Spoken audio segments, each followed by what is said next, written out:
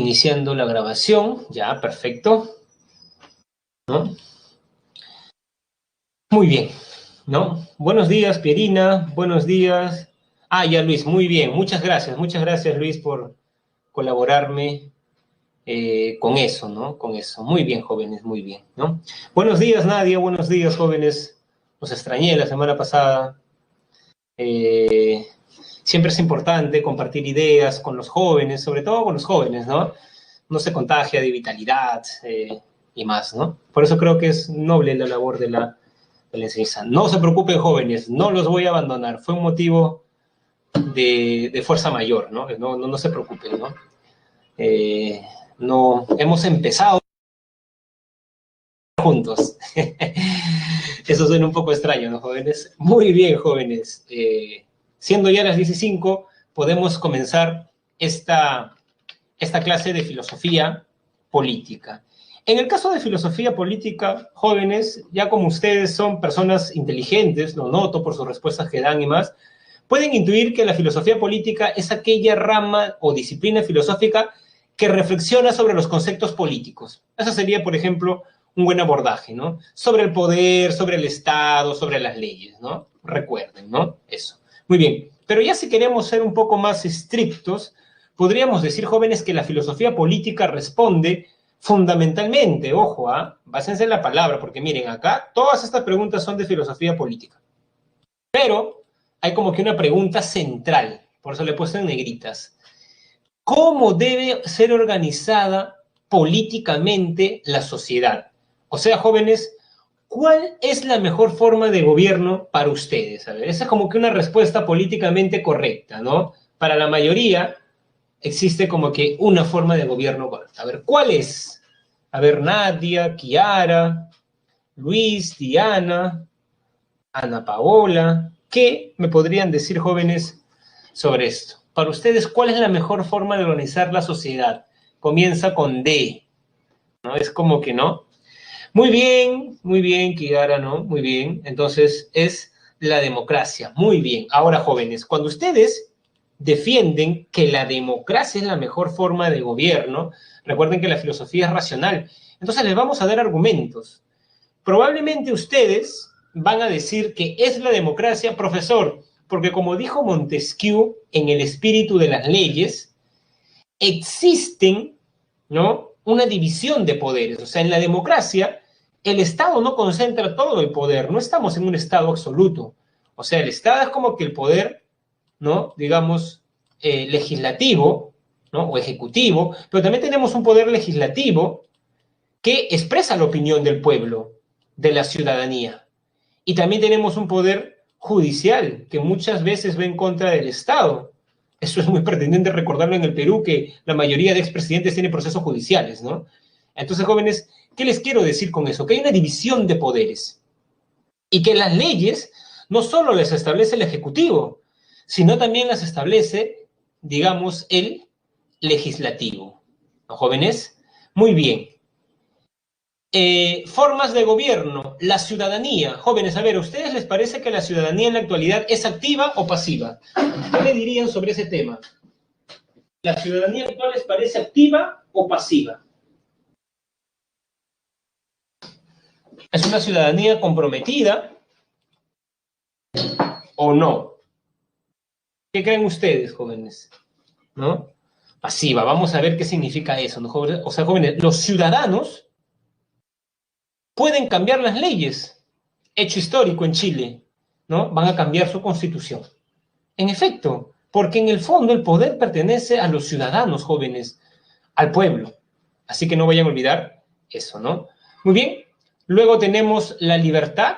Somos libres de organizarnos en una marcha si no nos gusta. Por ejemplo, pensemos que el presidente Vizcarra da una ley que todas las personas mayores a 18 años servicio militar obligatorio. Pero acá hay alumnos que ya van a ingresar a San Marcos. Algunos de ustedes, digamos, ya ingresaron incluso, me comentaban a veces, ¿no?, conversando por el chat. Entonces, por ejemplo, tienen la libertad de protestar. Somos iguales independientemente de nuestra prosperidad económica, nuestro género y justicia, ¿no? Salimos a la calle a demandar justicia. La marcha Ni Una Menos exige un trato más justo para las mujeres. El feminismo lucha por la justicia. Entonces, todos estos temas, si se dan cuenta, jóvenes, al responder cuál es, digamos, el sistema de gobierno mejor, vas a recurrir a conceptos. Justamente la labor de la filosofía política, jóvenes, es estudiar qué significan estos conceptos. Pero que hay algo clave, jóvenes, entre la ciencia política, que es una facultad, incluso, perdón, una escuela que está dentro de la Facultad de Derecho, y la filosofía política. ¿Cuál es la diferencia? Que la filosofía política, digamos, clarifica los conceptos de la política como poder, leyes, Estado, gobierno, ciudadanía, pero también nos dice cómo debería ser el Estado. No solamente se queda en describir, sino va al deber, cómo debería ser, ¿no? Y eso se dice, jóvenes, normativo, es normativa. ¿Cómo debe comportarse un presidente? Perseguir el bien común. Está diciendo cómo debería ser. En cambio, la ciencia política, justamente por la pretensión, ¿no?, de querer ser una ciencia, describe, ¿no? Describe cómo es el presidente corrupto. Acá te dicen cómo debería ser el presidente. La filosofía política nos dice el Estado debe ser benefactor. La ciencia política dice, pero ¿cómo actúan los estados? ¿Cómo Piñera sacó, digamos, a las Fuerzas Armadas y cómo murieron personas en Chile? Muchas perdieron un ojo. Entonces, esta es más descriptiva y esta es más normativa. Hay una diferencia ahí, jóvenes, clave, ¿no?, entre la ciencia política y la filosofía política. Bien, acá tenemos algunas preguntas de filosofía política. ¿Cuál es la importancia de la justicia, del bien y de la felicidad para la sociedad? ¿Cuál es el origen del poder político? A ver, jóvenes, ¿por qué si el presidente Vizcarra, ¿no?, por qué si el presidente Vizcarra dice que los domingos no debemos salir, ustedes no salen? ¿Por qué? ¿No? De pronto dice, toque de queda de nuevo los domingos. ¿Por qué cuando el presidente dice eso, ustedes acatan la medida? Porque yo sé que son ciudadanos conscientes y acatan la medida, ¿no, jóvenes? Que no están yendo a fiestas COVID, que no están jugando fulbito, ¿no? Yo creo que mis alumnos son conscientes, ¿no?, de esta situación. ¿Por qué hacen caso, jóvenes? Porque tiene el poder, ¿ya? Autoridad, ¿ya? ¿Qué más? ¿No? Autoridad, ya, muy bien. Poder, ¿no? Por las multas, me dijeron también en otro salón, ¿no? Vamos a ver, ¿no? Bueno, eso tiene que ver con el contrato, jóvenes, que nosotros hemos suscrito. ¿Cuál es la mejor forma de gobierno? ¿No? Hay mucha gente que cansado de la democracia, ¿no?, porque muchos intelectuales dicen eso, ¿no? La democracia es un sistema de gobierno imperfecto, pero es el mejor que, digamos, que funciona. No es que sea el mejor a secas, sino es como que no es bueno este, no es bueno este, no es bueno este, y es bueno, entonces queda la democracia, ¿no?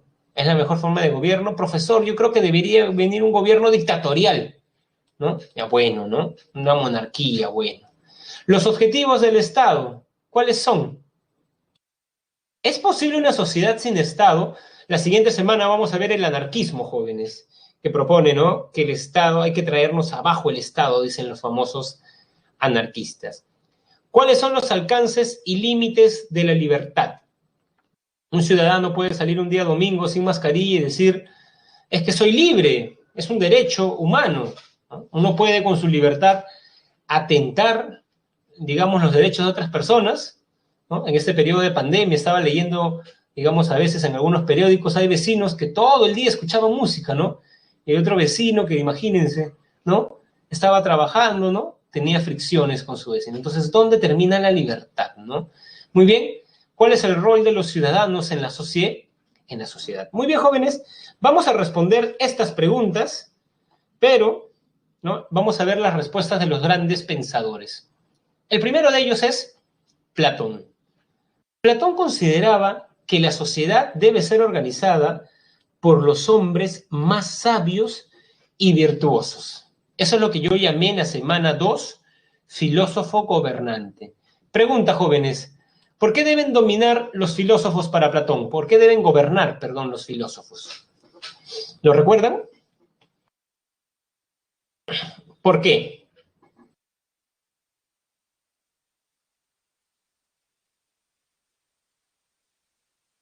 Muy bien, porque conoce el bien. Muy bien. ¿Recuerdan la clasificación de almas? Racional, alma irascible y alma concupiscible. Alma concupiscible, deseos, ira, razón. Y bueno, la sociedad tiene un alma. Y el alma concupiscible de la sociedad era el pueblo. El alma irascible eran los guerreros. Y el alma racional los filósofos. Y así como en tu alma tiene que gobernar tu razón a tu ira, porque si no, imagínense, nos andaríamos peleando, porque a veces nos da ira frente a la injusticia, por ejemplo, o si seguiríamos todos nuestros deseos, imagínense, ¿no? Entonces la razón debe dominar los deseos y la ira. Entonces los filósofos deben dominar. Por eso Platón, esto es interesante, porque nosotros solemos creer que la democracia es un producto griego y admirado, pero los tres más grandes filósofos griegos hablaban mal de la democracia. Platón llega a decir en la República que la democracia es el gobierno del populacho, de la mayoría, de los ignorantes, de aquellos que están encadenados en la caverna, ¿no? Jóvenes así que recuerden eso. Los guerreros, ¿qué diría Platón, ¿no? De los golpes de Estado que hemos tenido, del gobierno de Velasco, diría, no, él es un militar, el que defienda la ciudad, pero que gobiernen los, ¿no? Justo eso tiene que ver con los segmentos. Acá están los tres segmentos de la sociedad. Por ejemplo, Platón creía que el filósofo gobernante podía ser una filósofa gobernante, ¿no? Platón, digamos, sí creía eso. Ahora, bueno, Platón en el libro 7 de la República habla de la educación que deben tener, digamos, los gobernantes, ¿no? Y habla de un proceso de selección. Todos van al mismo colegio, todos, pero tú vas viendo las cualidades. Quien destaca para el estudio, para los deportes, quien destaca para hacer cosas, pero siempre hay unos que destacan para el estudio, te vas quedando con ellos. Luego pasan otro filtro, ¿no? No solamente que destaquen el estudio, que quiere ayudar a los demás, porque hay personas que destacan en el estudio y piensan en sí mismas, ¿no? Y vas pasando filtros hasta que te quedas con lo mejor, ¿no? Esto es interesante porque muchos dicen, profesor, Platón era un aristócrata. Mentira. Platón decía que debían gobernar los mejores, y los mejores podían ser los hijos del pueblo, los hijos de los guerreros, los filósofos, o sea, todos iban al mismo colegio y se veía ya quiénes eran los mejores, ¿no, jóvenes? Entonces, debe tener encima a su ciudad que sus intereses particulares, ¿no? Muy bien, esto también es normativo, ¿no? Eso es lo que debería ser, ¿no? Muchas veces no se da eso. Sin embargo, jóvenes, como Platón vivió 90 años, como lo pueden ver acá, Platón escribió sus famosos diálogos de juventud. Personaje principal, Sócrates. Diálogos de madurez, defiende la teoría de las ideas. Acá está la República, ¿no? Digamos, ¿no? Acá está la República. Muy bien. Pero como Platón vive muchos años, tiene un tiempo cuando ya se deprime de la sociedad, cuando viaja a Siracusa y no le va bien, cuando muere el gran amor de su vida, Dion, ya digamos un poco deprimido, comienza a reformular sus teorías, ¿no? Y esos son los famosos diálogos de vejez. Yo he leído un par de diálogos de vejez en la maestría, son muy buenos, ¿no? O sea, critica lo que defiende en el Fedón, en el Fedro, en la República. Acá están el sofista, muy bueno, el tetetos, el político y las leyes. En política, por ejemplo, la última palabra de Platón no es que deben gobernar los filósofos, probablemente porque vio morir a Sócrates y a él mismo no le fue muy bien. En la vejez, o la última palabra de Platón, es que deben gobernar las leyes e instituciones, ¿no? Más que, digamos, las instituciones, más que las decisiones de los hombres sabios. Eso prueba que la filosofía es crítica. O sea, Platón no tuvo que esperar a Aristóteles para ser criticado. Él mismo critica su teoría de las ideas en el Sofista. Él mismo critica la reminiscencia en el Tetetos, ¿no? O sea, prueba esa actitud de la filosofía, ¿no, jóvenes? Muy bien. Luego tenemos a su ínclito discípulo, a su gran discípulo, Aristóteles. El hombre es un animal político, dice Aristóteles. Recuerdo que en antropología filosófica les dije qué significaba esto. 3 cosas. El hombre, bueno, primero es que el hombre necesita de la comunidad, de la polis, ¿no? Muy bien. Entonces, el hombre necesita, jóvenes, de la polis para Aristóteles en 3 sentidos. Primero, en un sentido económico, porque, profesor, yo desayuné el día de hoy pan con palta, les preguntaría yo, ¿hicieron el pan que comieron? ¿Sembraron la palta que comieron? No. ¿Sembraron la quinoa que comieron? No. ¿Tejieron la camisa, ¿no? O bordaron, o digamos, ensamblaron, o producieron la camisa que tienen? No. Entonces necesitamos de la sociedad para satisfacer nuestras necesidades. Para hacernos seres humanos, recordemos la clase de antropología, también necesitamos de la sociedad, porque dos padres le heredan la potencia de ser un ser humano a su hijo.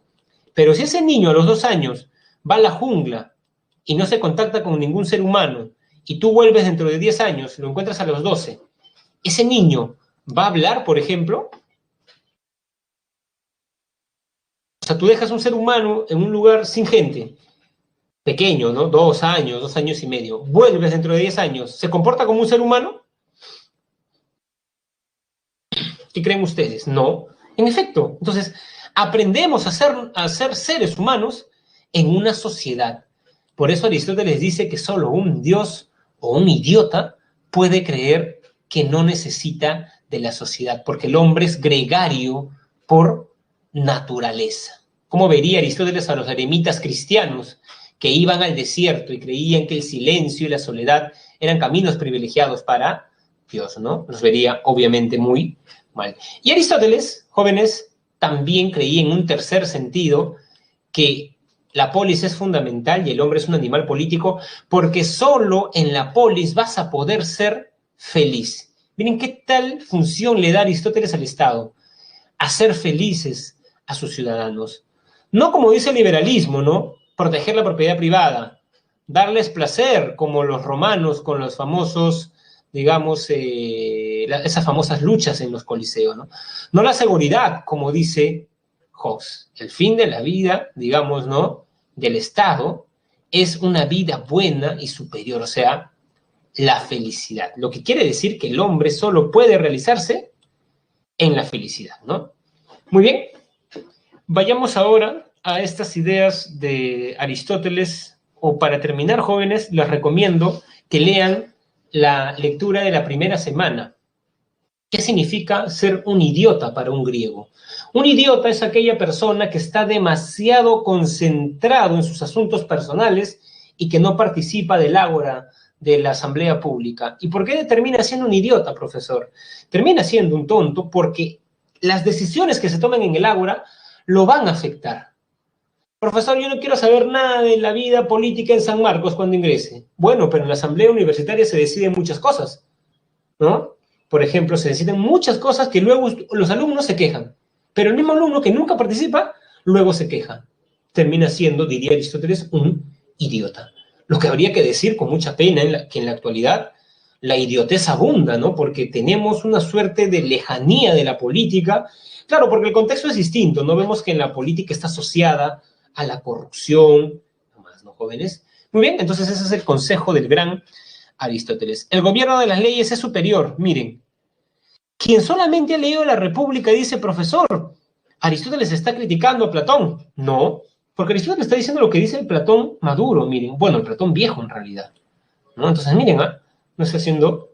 Ahora, ¿cuál es la mejor forma de gobierno? La clase media. Yo les voy a explicar esto.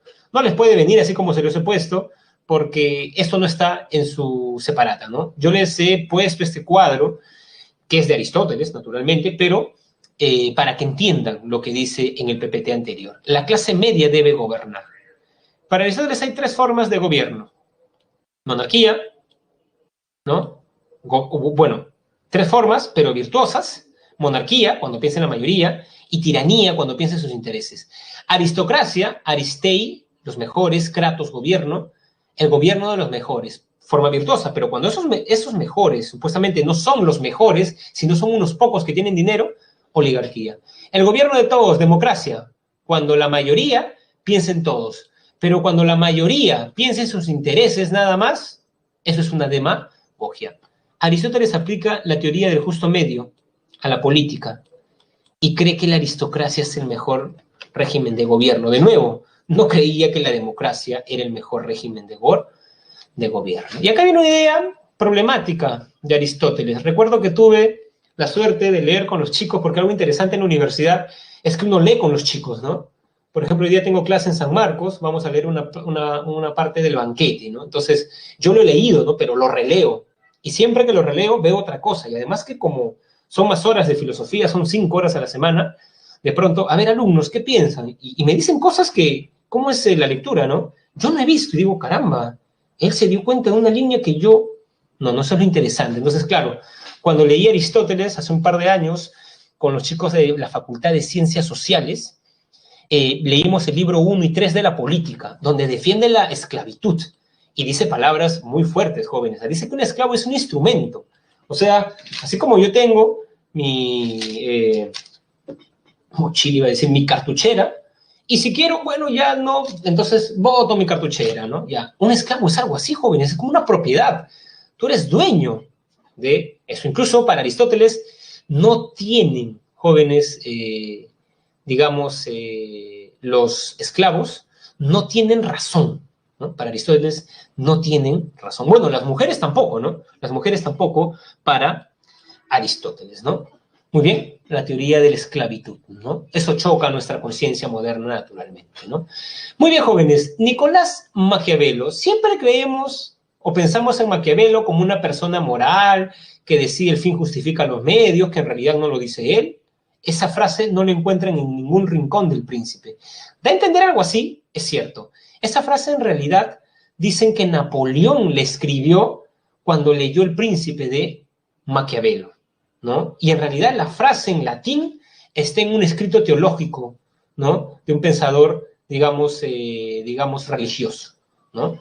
Muy bien, entonces, claro, el Maquiavelo que conocemos en realidad no es el verdadero Maquiavelo, porque jóvenes, a ver, el Maquiavelo que escribe El Príncipe escribe ese libro para una situación excepcional. Lo que pasa es que en el tiempo de Maquiavelo había muchas culturas en Italia y él quería formar como una suerte de confederación o ya una nación, podríamos decir. Entonces él proponía que debía haber una mano dura. Y esa persona, si tenía que utilizar violencia, que utilice violencia. Si tenía que mentir, que mienta. Todo para unificar. O sea, el fin era unificar, los medios eran cualquiera. Pero eso es solamente, a ver, para que entiendan esto. Pensemos que en estos momentos les dan un golpe, digamos, el Congreso vaca al presidente, ¿no? Y el presidente saca la Fuerza Armada, pero salen dos facciones y la Marina se une con esto y el otro. Entonces Maquiavelo diría, mira, para solucionar esto, así como hacían los romanos, nombraban un protector, ¿no? César se autodenominó, ¿no? Cuando las cosas están en crisis, nombras una persona que ponga orden, ¿no? Esa persona que mienta, que cambie las leyes, que cambie leyes. Pero ese es un estado excepcional. En realidad el verdadero Maquiavelo, además el príncipe es pequeñísimo, está en este libro, más voluminoso además, ¿no? Discurso sobre la primera década de Tito Livio. Este es el Maquiavelo. O sea, la mayoría de gente se ha quedado con este Maquiavelo, ¿no? Maquiavelo, ¿no? Es como que, por ejemplo, yo la clase pasada no vine, ¿no? Van en un reemplazo, naturalmente, ¿no? Entonces, ¿qué pasa si a ustedes le preguntan, ¿y qué tal el profesor Eleazar y sus clases? Ah, no, solía faltar. Y yo diría, ¿cuál solía faltar? Si solamente una vez en el ciclo ocurrió eso. Entonces, no debemos tomar la excepción como pauta. Creer que Maquiavelo es esto, es tomar la excepción como pauta, ¿no, jóvenes? Entonces, claro, miren, en estas situaciones, cuando el Estado tiene como enemigos a otros estados, ahí se usa la violencia, ¿no? O cuando hay luchas, digamos, civiles, podríamos decir, ahora, ¿no? Entonces, claro, el Maquiavelo ya, digamos, que debemos conocer es el Maquiavelo que, bueno, claro, defiende la monarquía, recomendó la concentración del poder en un solo hombre. Eso es monarquía, ya, digamos, lo separa de Aristóteles, ¿no? Otra cosa importante de Maquiavelo es, en El Príncipe, claro está, su realismo político. Recuerdo algunas citas donde Maquiavelo critica sutilmente a Platón y Aristóteles porque dice, los filósofos nos han hablado de cómo debe ser el gobernante, ¿no? Virtuoso. Pero yo les voy a hablar de cómo son los gobernantes. Son mentirosos, corruptos y más. Entonces, es como que eso se llama realismo político, jóvenes, ¿no? En teoría política. Muy bien. Y la mejor forma de gobierno para Maquiavelo es la república, profesor, pero no era la monarquía. Por ejemplo, Inglaterra. Hay una reina, pero hay un parlamento, ¿no? Entonces, jóvenes, Maquiavelo creía en la república, ¿no? Es más, él era admirador de Roma, por eso, digamos, ¿no? Este título, ¿no? ¿En qué se basa una república? Primero, leyes que bloquean la tiranía. Profesor, pero Maquiavelo no decía que tú te puedes cambiar las leyes. De nuevo, estados excepcionales, pero cuando las cosas están normales, tú no vas a hacer, digamos, o sea, no vas a cambiar las leyes para instaurarte en el poder. Lo digo porque alguna vez escuché a alguien hablar como amparar a, digamos, Fujimori como un maquiavélico. Sí, que cambió la constitución. No, miren, según el Maquiavelo, que es el Maquiavelo más fuerte en realidad, las leyes deben bloquear la tiranía, reelecciones, por ejemplo, ¿no? Muy bien. Instituciones políticas donde se tiene voz y voto, cada sector de la sociedad, participación ciudadana, diríamos ahora. Y 3, virtudes en los ciudadanos que hacen posible intervención en los asuntos públicos, referendos y más, ¿no? Muy bien, entonces miren, este Maquiavelo es un Maquiavelo interesante, ¿no? Muy bien, así llegamos, jóvenes, a Thomas Hobbes. Antropología filosófica. El ser humano es naturalmente egoísta, rapaz y violento. Porque, digamos, el ser humano no es racional. ¿A quién está criticando, jóvenes? Cuando dice que el ser humano no es racional. Sino más bien es egoísta, malo. Vamos, Nadia, Kiara. Cuando le dije vamos, dejaron de escribir. ¿Qué pasó, jóvenes? ¿A quién está criticando?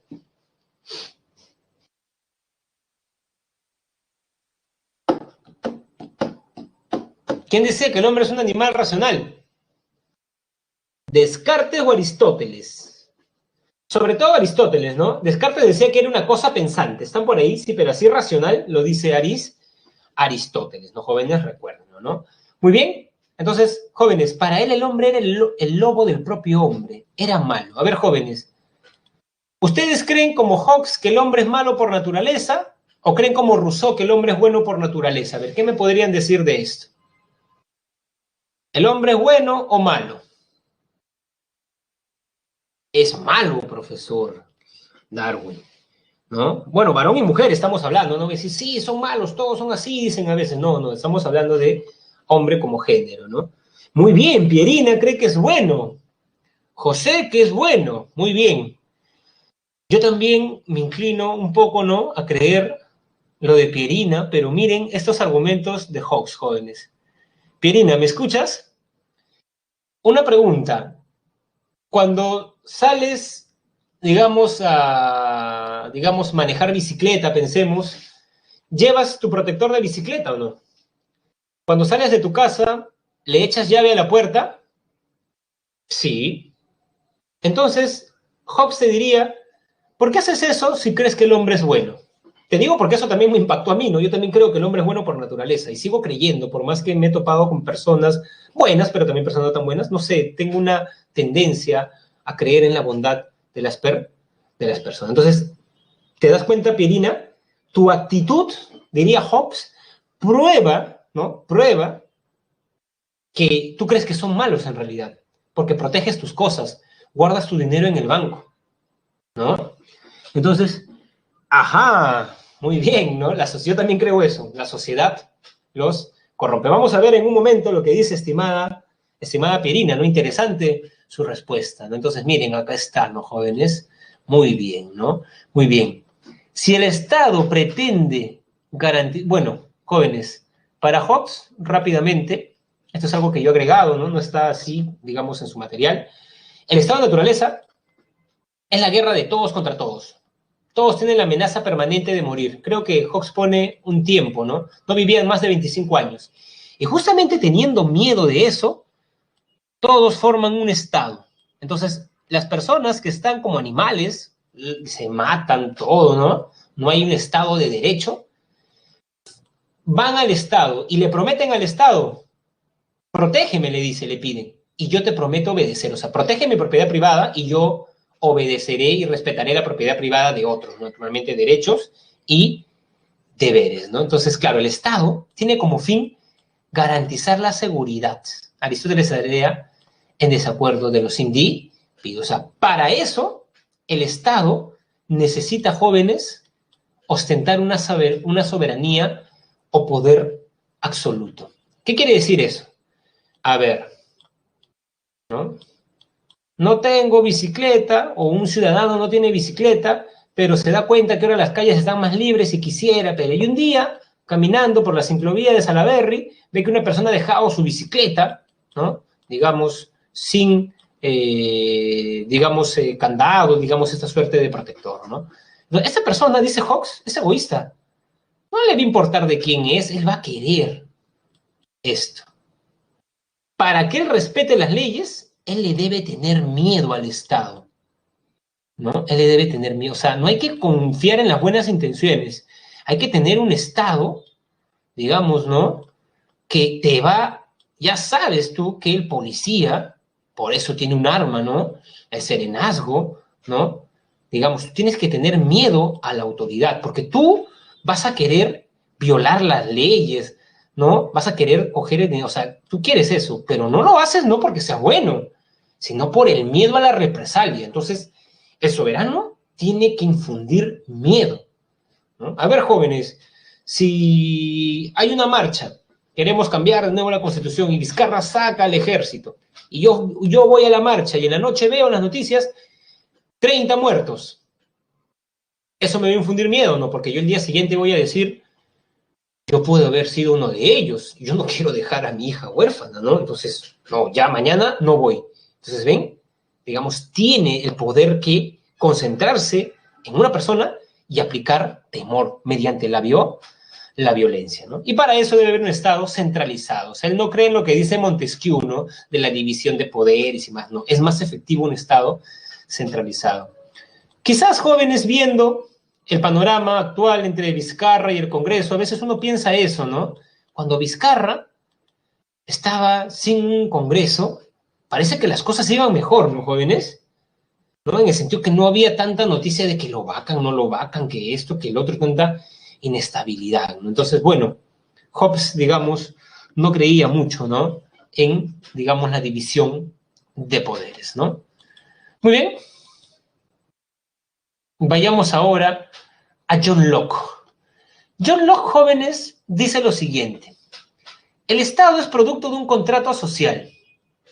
Todos los individuos que estamos en el estado de naturaleza, por ejemplo, un individuo en el estado de naturaleza tiene su casa, es sedentario, pero de pronto quiere irse a visitar a un familiar, ¿no? Y quiere irse, digamos, a otro pueblo. Se va. Y cuando vuelve hay otro en su casa. Y se pelean y todo, y matan a su, ¿no? Ya, digamos, ¿no? Justamente para evitar que nuestros derechos, que para Locke son naturales, sean mejor salvaguardados, John Locke piensa que es más fructífero que todos nosotros firmemos un contrato. Todos los individuos de la sociedad. Y digamos, mira, vamos a respetar la propiedad privada, la integridad física de otra persona. O sea, no voy a matar a otra persona, pues, ¿no? La libertad, la igualdad y más. Todos firmamos un contrato y producto de ese contrato estamos en el Estado. Ese es el contractualismo. Profesor, no me gustan las leyes peruanas. Ejemplo chileno. Hay que cambiarla entonces. Hay que cambiarla. Entonces, si no estás de acuerdo, se puede cambiar. Es un contrato. Es como cuando te casas, ¿no? Tú ves ahí, ¿no? El contrato, ¿no? Tú debes hacer esto, lo otro, tal, y también la otra persona, ¿no? Entonces, es como un pacto, ¿no?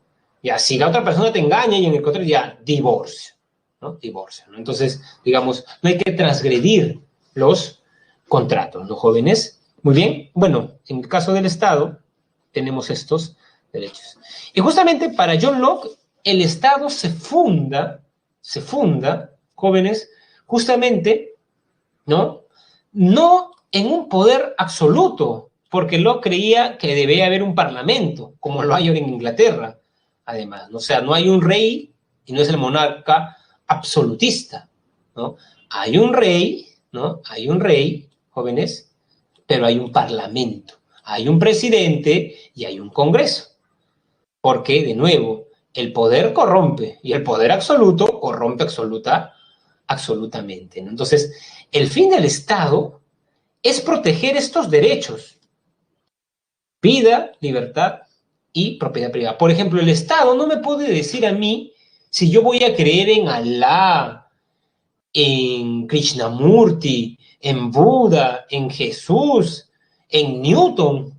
Digamos, Comte hizo una religión positivista, no había San Newton. Creamos una religión de la filosofía. San Nietzsche, profe, imagínense, ahí, ¿no? En tu casa, velitas, ¿no? A Nietzsche, una foto, ¿no? O sea, ¿puedes hacer eso? Esa es tu vida, ¿no? Porque el liberalismo se basa, jóvenes, en una diferencia clave. Esfera pública y esfera privada. Esfera privada, lo que yo haga en mi casa, ese es mi problema. Salvo que yo transgreda derechos y en mi casa esté maltratando física y psicológicamente a alguien, si me denuncia. Pero que no, que el Estado no podía entrar a tu casa, cuando atentas contra un derecho, claro que sí. Estás atentando contra la vida y la salud psicológica y física de una persona. Pero en otros casos, el Estado, ¿no? Digamos, es más, eso se dio en el Perú, el caso de Badani. Badani vivía en su casa con 7 mujeres, creo que 6, ¿no? Mujeres. Pero todas ellas estaban felices. Bueno, eran musulmanas, ¿no? De una religión un poco árabe, ¿no? Entonces ellas creían en la poligamia y más el Estado peruano. Ese no es, digamos, el problema del Estado peruano.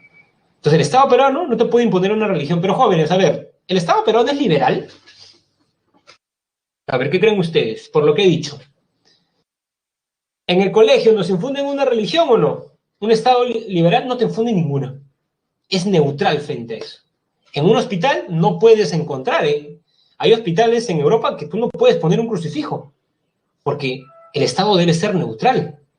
El Estado, en ese sentido peruano, ¿es liberal?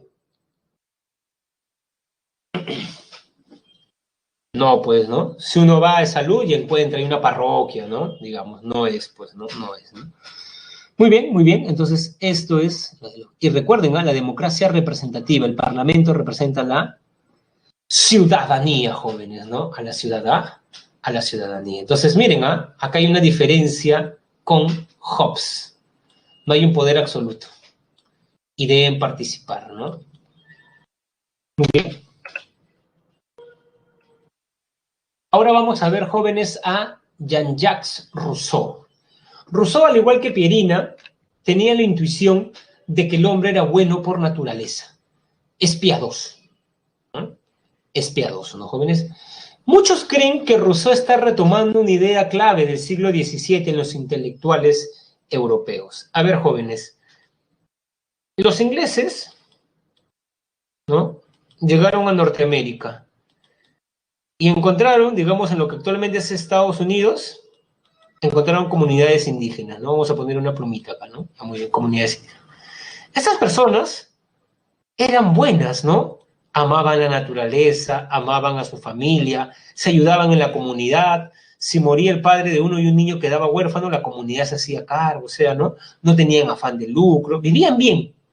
Pero cuando tuvieron contacto con los ingleses, solamente 30, 40 años después, estos indígenas buscaban dinero, pedían espejos, pedían armas de fuego, eran vanidosos, ¿no? Eran vanidosos. Entonces, la lección que sacan muchos intelectuales europeos es justamente que el hombre, antes de Occidente, es bueno, pero la cultura occidental los corrompe y los hace amantes del dinero, del lujo y más. Entonces, claro, Rousseau no está expresando una idea propia, esa no es una idea que uno puede ver, lean a Voltaire en El Cándido, se ve eso también, no es una idea como que en ciertos intelectuales. Entonces, muchos creen que esa idea Rousseau la traduce en este famoso discurso de las artes y las ciencias en una cuestión ya más, ¿no? El hombre es bueno por naturaleza y la sociedad lo corrompe, ¿no, jóvenes? Y la sociedad lo corrompe, ¿no?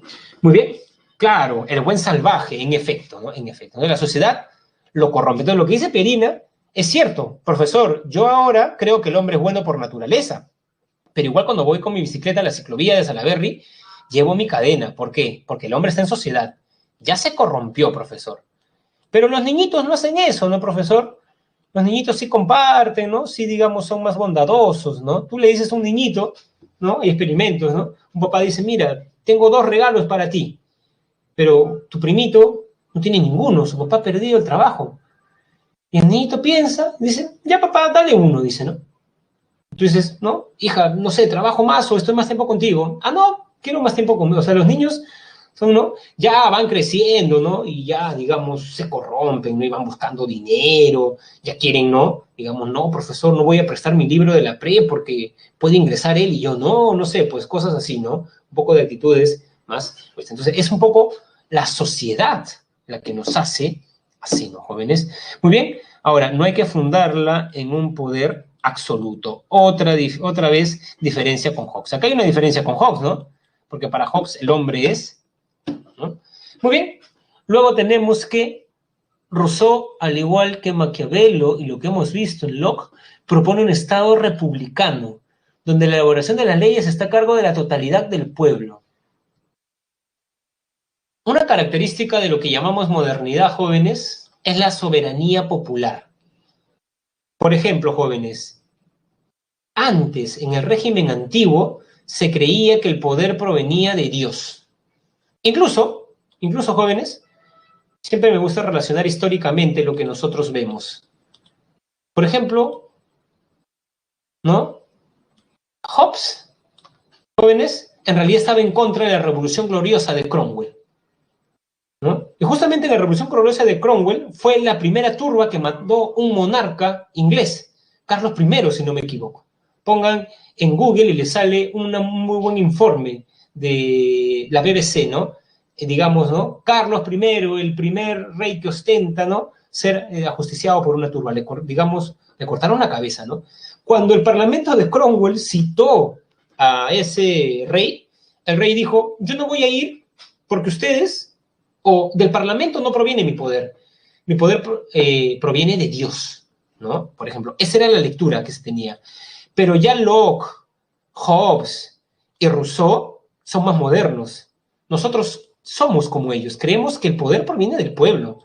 En la mayoría de constituciones está eso, soberanía popular. Lo de Chile es una expresión de eso, ¿no, jóvenes? ¿Y por qué el pueblo, profesor? Justamente por eso ahora se dice, la voz del pueblo es la voz de Dios. Ya no es Dios quien designa, es el pueblo, ¿no? Muy bien.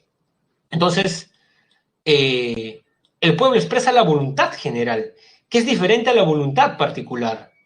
Profesor, mi padre tiene una discoteca y ya quiere, digamos, abrir la discoteca, pero ahí está siguiendo el intereses particulares. De lo que se trata en política es de ver, digamos, el bienestar de la mayoría. Y en este caso, no creo que convenga a la mayoría abrir bares, discotecas, cines y más, ¿no, jóvenes? Entonces, tiene que ver un poco con expresar la voluntad general. Aunque a veces la propia voluntad general va en contra de, ¿no? De ella misma, ¿no? O sea, las paradojas de la democracia, ¿no? Hitler, recordemos, fue elegido por la democracia, ¿no? O sea, ¿no? Muy bien, continuemos. La participación ciudadana y el bienestar, ya, o sea, participación ciudadana, ciudadanía vigilante. La democracia no es votar cada 4 años, es que estemos vigilando si están cumpliendo, ¿no? Digamos, sus propuestas y más, ¿no? Educación cívica, jóvenes. Educación cívica. O sea, la educación cívica debe infundir a quien lleva la educación en amar a su patria. A ver, jóvenes, ¿ustedes aman al Perú? De manera sincera, por favor, ¿eh? ¿Aman al Perú? ¿Aman a su patria? ¿Estarían dispuestos a morir por el Perú? Alejandro dice, no, muy gracias por tu sinceridad, Alejandro. ¿No? Enrique también dice, no, ¿no? Con todos sus defectos, eso es verdadero amor, Yaira, eso es el verdadero amor, ¿no? Amar con todos los defectos. Jóvenes, a ver, existe un canto de la Ilíada, no sé si es el canto 6 o 7, donde Héctor se despide de Andrómaca. Ese canto es muy conmovedor, ¿no? Porque está su hijo además y está Héctor. Entonces Andrómaca le dice a Héctor, Héctor, no pelees con los troyanos. O perdón, Héctor, no pelees contra los griegos, porque los griegos nos superan de 10-1. Y 2, los griegos tienen al intachable Pélida, que es mucho más fuerte que tú. Quédate. Pero Héctor, buen ciudadano, Héctor ama más a Troya que a su familia. Y dice, no, es mi deber proteger los muros de Troya. Yo estoy seguro que mucha gente diría, no, profesor, además Héctor sabía que Aquiles era más fuerte que él. En realidad, cuando uno lee la Ilíada, termina queriendo a Héctor, ¿no? Porque Héctor sí es un sujeto ético. Aquiles no, Aquiles es un aniñado, ¿no? Cae mal incluso, porque se pelea con Agamenón y en realidad es malvado, ¿no? Porque le pide a su madre que mueran los aqueos, que comiencen a ganar los troyanos. Incluso cuando en la embajada aquí le van a pedir, aquí les dice, ¿no? Que comiencen a ganar los troyanos, para que así me pidan ayuda y se humillen ante mí. O sea, Aquiles piensa en su ego. Aquiles, en realidad, no sé por qué, o sea, no me parece a mí un sujeto ético. En cambio, Héctor sí, ¿no? Si yo tuviera que conversar con un héroe, digamos, de la Ilíada, sería con Héctor, ¿no? Tendríamos que aprender mucho de él, porque tiene amor por su patria, justo lo que falta en la actualidad, ¿no? Entonces, eso es importante, ¿no? Si quieren ver eso, lean la Ilíada, les recomiendo, ¿no? Canto 6 o 7. Muy bien, y Rousseau rechazó toda forma de esclavitud. ¿A quién se opone Rousseau entonces y rechaza toda forma de esclavitud, jóvenes? Muy bien, Pierina, ¿no? A Aristóteles, ¿no? Aristóteles. Todos los hombres son libres por naturaleza, pero claro, en la sociedad corrompida nos hace diferentes. Todos hacemos iguales, ¿no? Digamos, los niños juegan los mismos juegos, pero ya la sociedad nos hace diferente y nos corrompe, ¿no, jóvenes? Muy bien, muy bien. Y finalmente tenemos a un catedrático norteamericano, murió hace poquísimo, miren, bueno, no tampoco, ¿no? Ya pasaron 18 años, ¿no? John Rawls. John Rawls decía que la justicia, jóvenes, es el valor fundamental, ¿no? Es el valor fundamental. Ahora, ¿cuál es el problema con la justicia, ¿no, jóvenes? El siguiente. A ver, la justicia es fundamental. Es más, actuemos socráticamente. ¿Qué pasa si en estos momentos Pierina dice, profesor, yo no comparto lo que usted ha dicho de Héctor, para mí el gran héroe de la Ilíada es Ulises, ¿no? Porque gracias a él, digamos, se toma Troya, aunque eso no aparece en la Ilíada, ¿no? Eso del caballo, ¿no? No aparece, se sugiere, ¿no? Muy bien, entonces yo creo que es Ulises. Entonces, como yo soy una persona intolerante, elimino a Pierina de ese salón. Digo, ya, salva. Usted mira, profesor, ¿por qué actúa con injusticia? O sea, nosotros nos rebelamos frente a la injusticia. Nos molestan las personas injustas, ¿no? Y como escuché el otro día en un reclamen de CNN, nos hemos puesto mascarillas, pero igual debemos expresar nuestra voz frente a un ciudadano que va sin mascarilla en la calle, decir, nos hemos puesto mascarilla, pero eso no supone que debemos tolerar la injusticia y no decir nada. Tener mascarilla no es quedarnos callados, dicen, ¿no? Muy bien, así debe ser. ¿Qué les quiero decir? Que muchos de ustedes luchan por la justicia. Van a ir a marchas por la justicia en San Marcos, por la justicia en la sociedad civil. Ahora les pregunto, ¿qué es la justicia? Eso sí es Sócrates. Sócrates veía que la gente utilizaba conceptos y se las acercaba, y como él mismo dice, ¿no? Como un perro sabueso, te hacía una pregunta y no te soltaba, ¿no? O sea, era muy incómodo toparse con Sócrates. Hay mucha gente que por eso Sócrates caía mal a veces, ¿no? Porque criticaba tus creencias, y segundo, porque te hacía una pregunta y como que no te dejaba oír, ¿no? ¿Qué es la justicia, jóvenes? A ver. Es una pregunta difícil, ¿no? Exigimos una sociedad justa, queremos vivir en una sociedad justa. Pero es difícil, digamos, definir la justicia, ¿no? Platón la define como darle a cada cual lo que le corresponde, ¿no? En la República esa es la definición de justicia. Entonces, lo que va a hacer John Rawls, ya pasó mucho tiempo desde Platón, es decir, vamos a hablar de principios para que una sociedad sea justa. Pero hay un problema, jóvenes. ¿Cómo los individuos con intereses particulares pueden escoger reglas que beneficien a todos y no solo sus intereses? O sea, jóvenes, por ejemplo, yo puedo decir, ¿no? Y lo digo además. Para que haya una sociedad justa, como en Finlandia, jóvenes, como en Finlandia, todos van al mismo colegio. Acá no hay que yo voy al Marca, ¿no? Que yo voy al esto y tú ve a la unidad escolar. No, todos van al mejor colegio. ¿Eso qué quiere decir? ¿No? Que si todos van al mismo colegio, el rico y el pobre van a estar preocupados porque haya buenos profesores en los colegios, ¿no? Si el rico y el pobre van a salud, Ahí sí los ricos van a mover todas sus influencias, sus periódicos, su canal N, ¿no? De todo, para que, digamos, tengamos jóvenes mejores salud. Pero claro, pues, si yo tengo dinero, digo, a mí no me importa quién enseñe en el colegio particular. Mi hija está en un muy buen colegio, ¿no? En salud, ¿qué ocurre eso? Tampoco me importa porque yo tengo seguro y, digamos, los míos van a una clínica. Entonces, ese es el problema de la sociedad, que todo lo vemos desde nuestro egoísmo, porque lamentablemente, jóvenes, lo que no nos afecta en nuestra vida, no lo vamos a pensar. Nosotros pensamos lo que nos afecta en nuestra vida, ¿no? Y nos falta mucha empatía social. Hay mucha indiferencia social, ¿no, jóvenes? Expandida. Entonces, claro, John Rawls me parece que hace algo genial, ¿no? John Rawls dice lo siguiente: supón que estás en el vientre de tu madre, que eres un feto, y que no sabes si tus papás van a vivir en Miraflores o en Pamplona Alta, si tus papás son catedráticos o son ambulantes, si eres varón, mujer o de una minoría cultural, no sabes nada de eso. ¿En qué sociedad te gustaría vivir, jóvenes, si no supieras nada de eso? No sabes si vas a ir a salud o no sabes si vas a ir a una clínica. No sabes si vas a ir a San Marcos o a Oxford, si te vas a poder pagar un viaje para estudiar.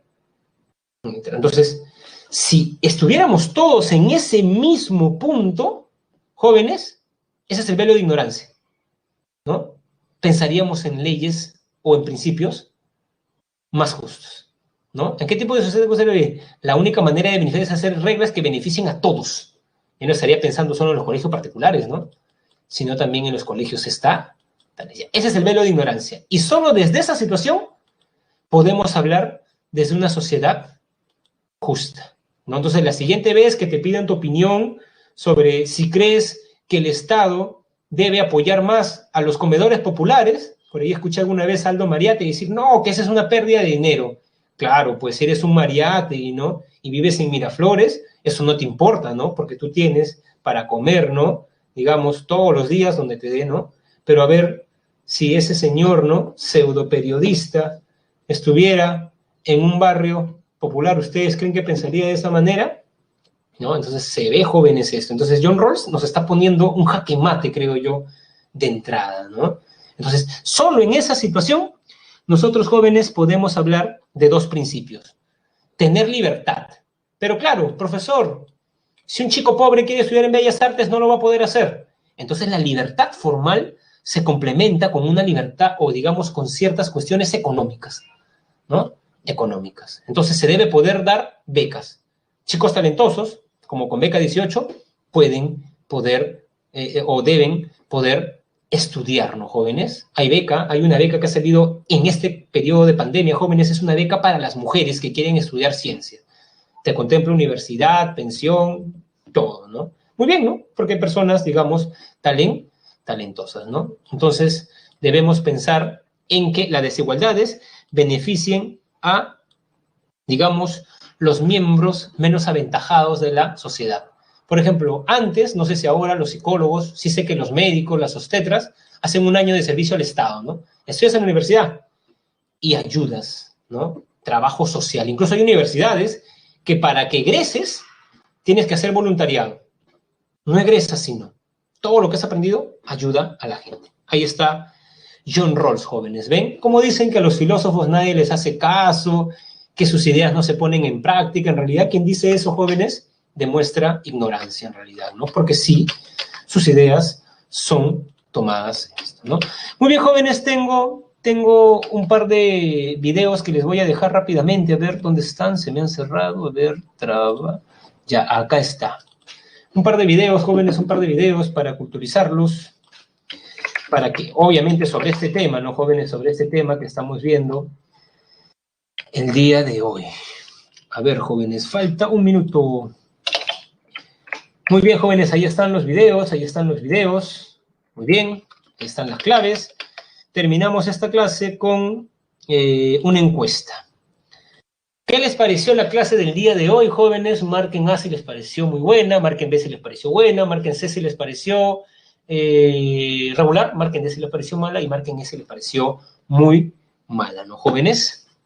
Muy bien, tienen videos, Esta semana es nueva, como se han podido dar cuenta, entonces cualquier duda que tengan, yo voy a estar 10 minutos antes en la siguiente clase para leer la lectura y para cualquier duda que tengan, profesor, no entiendo muy bien esto del velo de ignorancia, para disiparla. ¿Ya, jóvenes? Muy bien, ha sido un gusto dar esta clase, espero que haya sido también un gusto recibirla. Nos vemos la siguiente semana y que tengan un buen fin de semana, jóvenes, y sigan estudiando. Yo sé que al final a veces ya hay cierto cansancio, pero sigan, jóvenes, con mucho ímpetu, que San Marcos los espera. Nos vemos, jóvenes, cuídense.